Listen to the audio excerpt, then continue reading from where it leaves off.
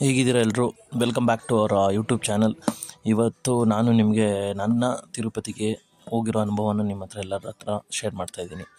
ನಾನು ಮೊನ್ನೆ ತಿರುಪತಿಗೆ ಹೋಗಿದ್ದೆ. ಅವತ್ತು ಚಿತ್ರದುರ್ಗದಿಂದ ರಾತ್ರಿ ಐರಾವತ ಕ್ಲಬ್ ಕ್ಲಾಸ್ 2ನಲ್ಲಿ ಹೊರಟ್ಮೇಲೆ ಬಸ್ಸು ಬೆಂಗಳೂರಿಗೆ ತಲುಪಿತು. ಬೆಂಗಳೂರಿಗೆ ತಲುಪಿದ ಮೇಲೆ ಬೆಂಗಳೂರಿಂದ ಸರಿಸುಮಾರು ಬೆಳಗಿನ ಜಾವ 5:30 ಹಾಗೆ ನಾನು ಕೆಳಗಡೆ ತಿರುಪತಿಗೆ ರೀಚ್ ಆದೆ.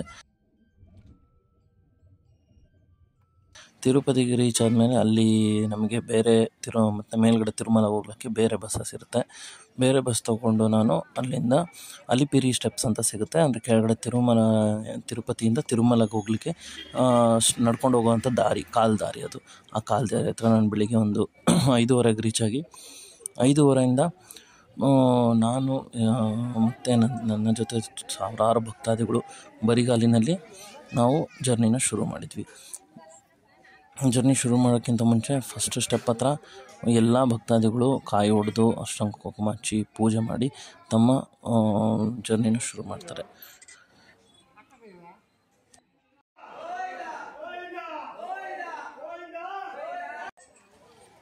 ಹಾಗೆ ನೀವು ಇಲ್ಲಿ ವಿಡಿಯೋದಲ್ಲಿ ನೋಡ್ತಿರೋ ಥರ ಎಷ್ಟೊಂದು ಜನ ಭಕ್ತಾದಿಗಳು ಅವರು ಏನಾದರೂ ಹರಕೆ ಹೊತ್ಕೊಂಡಿದ್ರೆ ಪ್ರತಿಯೊಂದು ಮೆಟ್ಲಿಕೆಗೆ ಅಂದರೆ 3550 ಮೆಟ್ಲಿಕೆಗೂ ಕೂಡ ಒಂದೊಂದು ಕರ್ಪೂರ ಹಚ್ಕೊಂಡು ಹೋಗ್ತಾರೆ. ಹಾಗೆ ಅಷ್ಟಂಗ ಕುಂಕುಮನೂ ಹಚ್ತಾ ಹೋಗ್ತಾರೆ. ಹಾಗೆ ನಡ್ಕೊಂಡು ಹೋಗ್ತಾ ಇದ್ದರೆ ನಿಮಗೆ ದಾರಿಲಿ ಪ್ರತಿಯೊಂದು 100-150 ಮೆಟ್ಲಿಕೆಗೆ ಒಂದೊಂದು ದೇವಸ್ಥಾನಗಳಿದೆ ಅಥವಾ ವಿಷ್ಣುವಿನ ಎಲ್ಲ ಅವತಾರಗಳಿದೆ. ಹಾಗೆ ದಾರಿಲಿ ಅಕ್ಕಪಕ್ಕ ನಿಮಗೆ ನೋಡ್ತಾ ಎಲ್ಲ ಕಡೆನೂ ಕಲ್ಲುಗಳಲ್ಲಿ ಜೋಡಿಸಿಟ್ಟಿರ್ತಾರೆ. ಅದು ಏನಾದರೂ ಅಂದ್ಕೊಂಡು ನಾವು ಜೋಡಿಸಿಟ್ಟಿದ್ರೆ ಅದು ಆಗುತ್ತೆ, ಕಾರ್ಯಸಿದ್ಧಿ ಆಗುತ್ತೆ ಅನ್ನೋ ಒಂದು ನಂಬಿಕೆ. ಅಥವಾ ಬೇರೆ ಏನಾದರೂ ಕಾರಣ ಇದ್ದರೆ ನೀವೇನಾದರೂ ಇದ್ದರೆ ಅದನ್ನು ನನಗೆ ಕಮೆಂಟಲ್ಲಿ ತಿಳಿಸಿ. ಹಾಗೆ ಮೇಲೆ ಹೋಗ್ತಾ ಎಷ್ಟೇ ಸುಸ್ತಾಗಿದ್ದರೂ ಏನೇ ಆಗಿದ್ದರೂ ನಮಗೆ ದಾರಿಲಿ ಪ್ರತಿ ಕಡೆಯೂ ನಿಮಗೆ ತಿನ್ನೋಕ್ಕೆ ಎಲ್ಲ ವ್ಯವಸ್ಥೆ ಇದೆ. ದೋಸೆ, ಇಡ್ಲಿ, ಪೂರಿ, ನಿಮಗೆ ಬೇಕಾದರೆ ನಮ್ಮ ಕಡೆ ಸಿಗೋಂಥ ಚಿತ್ರಾನ್ನ, ಪುಳಿಯೋಗರೆ, ಪಲಾವು ಎಲ್ಲ ಸಿಗುತ್ತೆ. ಅದು ಬಿಟ್ಟು ನಿಮಗೆ ಕುಡಿಯೋಕ್ಕೆ ಜ್ಯೂಸು, ಬೇಕಾದರೆ ಮ್ಯಾಗಿನೂ ಸಿಗುತ್ತೆ. ಕುಡಿಯೋಕ್ಕೆ ಜ್ಯೂಸು, ಮಜ್ಜಿಗೆ, ನೀರು ಎಲ್ಲ ಸಿಗುತ್ತೆ. ಆದರೆ ಪ್ಲಾಸ್ಟಿಕ್ ವಾಟರ್ ಬಾಟ್ಲಲ್ಲಿ ಎಲ್ಲೂ ನೀರು ಸಿಗೋಲ್ಲ.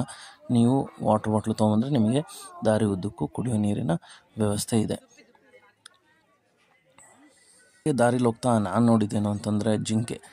ಈಗೆಲ್ಲ ಸಿಟಿಲೆಲ್ಲಾದರೂ ಕಾಣಲ್ಲ. ದಾರಿಲಿ ಅಕ್ಕಪಕ್ಕ ನಿಮಗೆ ಜಿಂಕೆ ಇರ್ಬೋದು, ಆಮೇಲೆ ಸಾಂಬಾರು ಜಿಂಕೆ ಅಂತ ಇರುತ್ತೆ, ಸಾಂಬಾರು ಜಿಂಕೆ ಇರ್ಬೋದು. ಆಮೇಲೆ ಒಂದು ಕೆಂಪದು ಸ್ಕ್ವಿರಿಲ್ ಥರ ಒಂದು ಪ್ರಾಣಿ ಮರದ ಎಲ್ಲ ಕಡೆನೂ ತುಂಬ ಕಡೆ ಇತ್ತು. ಅದ್ರ ಹೆಸರು ನನಗೆ ತಿಳಿದಿಲ್ಲ. ನಿಮ್ಗೆ ಏನಾದರೂ ಗೊತ್ತಿದ್ದರೆ ಕಮೆಂಟಲ್ಲಿ ತಿಳಿಸಿ. ಎಲ್ಲ ಕಡೆನೂ TTD ಅವರು ಪ್ರಾಣಿಗಳ ಜೊತೆ ಇಂಟ್ರಾಕ್ಷನ್ ಮಾಡದೇ ಇಲ್ದಿರೋ ಥರ ಪ್ರಾಣಿಗಳಿಗೆ ತಿನ್ನಿಸ್ಬಾರ್ದು, ಪ್ರಾಣಿಗಳಿಗೆ ಹಿಂಸೆ ಕೊಡಬಾರ್ದು, ಪ್ರಾಣಿಗಳಿಂದ ಎಚ್ಚರಿಕೆ ಇರಿ ಅಂತೇಳಿ ಎಲ್ಲ ಕಡೆನೂ ಬೋರ್ಡ್ ಹಾಕಿದ್ದಾರೆ. ಕೆಲವೊಂದು ಸಲ ಚಿರತೆಗಳಾಗಿರ್ಬೋದು, ಆಮೇಲೆ ಆನೆಗಳಾಗಿರ್ಬೋದು ಆಗಿದೆ. ಹಾಗಾಗಿ ಒಬ್ಬೊಬ್ಬರೇ ನಡ್ಕೊಂಡು ಹೋಗ್ಬೇಡಿ, ನೀವೆಲ್ಲರೂ ಗುಂಪಲ್ಲಿ ಹೋಗಿ ಅಂತ ಎಲ್ಲ ಕಡೆನೂ ಸೈನ್ ಬೋರ್ಡ್ ಹಾಕಿದ್ದಾರೆ.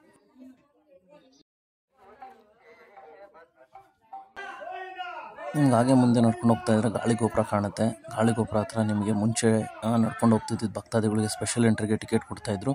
ಈಗ ಈ ವರ್ಷದಿಂದ ಅದನ್ನು ಕ್ಯಾನ್ಸಲ್ ಮಾಡಿದ್ದಾರೆ. ಸೊ ನಡ್ಕೊಂಡು ಹೋದ್ರೂ ಕೂಡ ನಾವು ಸರ್ವದರ್ಶನದಲ್ಲಿ ಹೋಗ್ಬೇಕಾಗತ್ತೆ. ಸರ್ವದರ್ಶನದಲ್ಲಿ ಹೋದರೆ ಮುಂದೇನಾಗುತ್ತೆ ಅಂತ ನಾನು ನಿಮಗೆ ತಿಳಿಸ್ಕೊಡ್ತೀನಿ.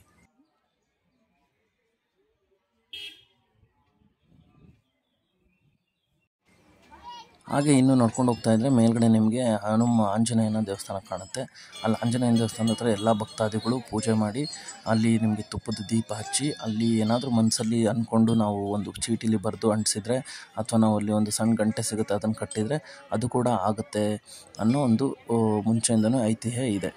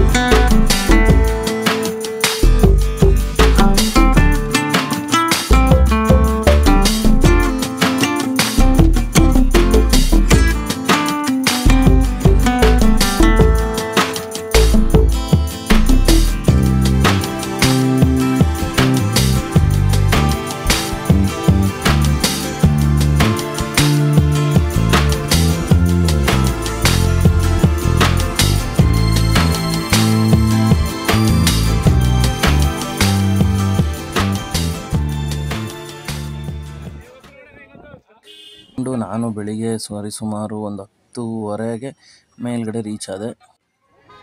10:30ಗೆ ಮೇಲ್ಗಡೆ ರೀಚ್ ಆದಮೇಲೆ 10:30ಗೆ ಮೇಲ್ಗಡೆ ರೀಚ್ ಆಗಿ ನಾನು ಬೆಳಿಗ್ಗೆ ಸರ್ವದರ್ಶನದ ಕ್ಯೂಗೆ 12 ಗಂಟೆಗೆ ಟಿಕೆಟ್ ತೊಗೊಂಡು ನಾನು ಕ್ಯೂವಲ್ಲಿ ನಿಂತಿದ್ದು ಮಧ್ಯಾಹ್ನ 12 ಗಂಟೆಗೆ. ಅಲ್ಲಿಂದ ನನಗೆ ರಾತ್ರಿ 11:30ಗೆ ನಮ್ಮದು ಕ್ಯೂವಲ್ಲಿರೋ ಕಂಪಾರ್ಟ್ಮೆಂಟ್ ನಂಬರ್ 23 ನಾನು, ಅದು ಓಪನ್ ಆಯಿತು. ಅದಾದಮೇಲೆ ನನಗೆ ರಾತ್ರಿ 1:00ಗೆ ದರ್ಶನ ಆಗಿದ್ದು. ಆ 1:30 ದರ್ಶನ ಆದಮೇಲೆ ದರ್ಶನ ಮುಗಿಸ್ಕೊಂಡು ಹೊರಗಡೆ ಬಂದರೆ ಇನ್ನೂ ಲಕ್ಷಾಂತರ ಭಕ್ತಾದಿಗಳು ನಾಳೆ ಮತ್ತೆ ದರ್ಶನಕ್ಕೆ ಕ್ಯೂವಲ್ಲಿ ನಿಂತಿದ್ದರು.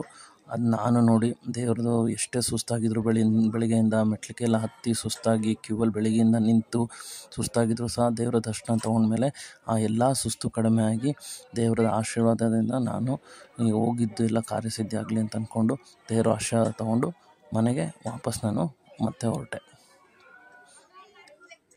ಇದೇ ಥರ ದೇವಸ್ಥಾನದ ಹೋಗುವಂಥ ಟ್ರಾವೆಲ್ ವ್ಲಾಗ್ಗಳಿಗೆ ಲೈಕ್, ಕಮೆಂಟ್ ಮತ್ತು ಸಬ್ಸ್ಕ್ರೈಬ್ ಮಾಡಿ. ನೆಕ್ಸ್ಟ್ ದೇವಸ್ಥಾನಕ್ಕೆ ಹೋದಾಗ ಮತ್ತೆ ಸಿಗೋಣ. ಅಲ್ಲಿವರೆಗೂ ದೇವರ ಆಶೀರ್ವಾದ ನಿಮ್ಮ ಮೇಲಿರಲಿ. ಗೋವಿಂದ ಗೋವಿಂದ.